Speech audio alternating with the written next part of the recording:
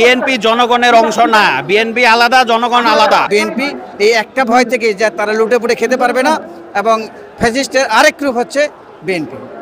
BNP এখানে এই আমাদের সাথে একতা প্রকাশ করতেছে না, এই কারণে তারা বিগত এই কয়েকদিনে 5ই আগস্টের পর থেকে তারা যে সকল কর্মকাণ্ড করেছে, ফ্যাসিস্টকেও হার মানিয়েছে। বিধায় তারাও চায় না যে আমরা এরকম সাধারণ জনগণের ন্যায্য দাবিগুলো পূরণ হোক, এবং তারা মস্তদে এসে এগুলো করতে পারবে না এবং লুটে পুটে খেতে পারবে না।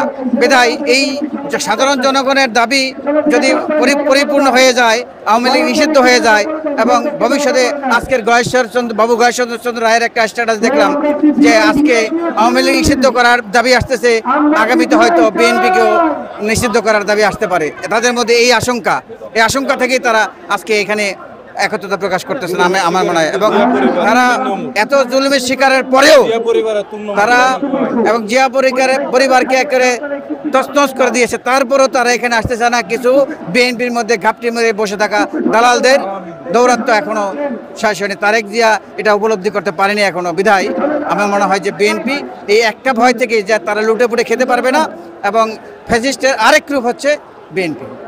আওয়ামী লীগ না, এই ফ্যাসিজম এবং এই সন্ত্রাসীর সাথে যারাই যুক্ত থাকবে তারাই নিষিদ্ধ হবে।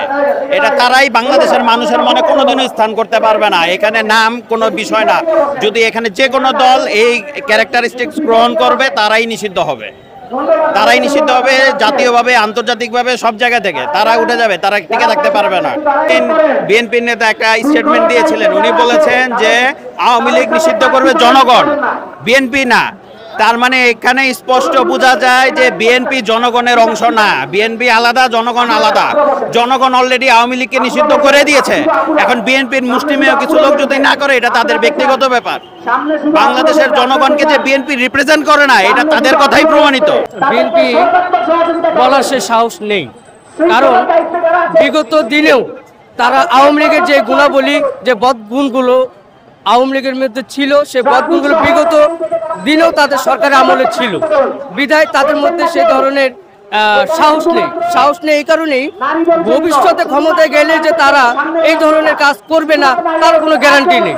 কারণ তারা বুক খুলে বলতে পারবে না যে ভবিষ্যতে তারা ফ্যাসিস্ট সরকারের মতো, এই আওয়ামী লীগ ফ্যাসিস্ট সরকারের মতো ভবিষ্যতে তারা বিএনপি ফ্যাসিস্ট হবে কিনা, এই সন্দেহটা এখনো এই দেশের জনগণের জন্য রয়ে গেছে। অতএব বিএনপি সেই সাহস নেই, বিএনপির সেই সাহসই নেই যে আওয়ামী লীগকে নিষিদ্ধ করার জন্য। সরকার পতন হওয়ার পর থেকে এদেশের চাঁদাবাজি আরো অন্যান্য জায়গায় জমি দখল সহ অন্যায় অবিচার বিএনপির লোকের মাধ্যমে প্রকাশ পাইছে। এটা আপনারা হয়তোবা সাংবাদিকরাই দেখাইছেন, আমরা দেখছি।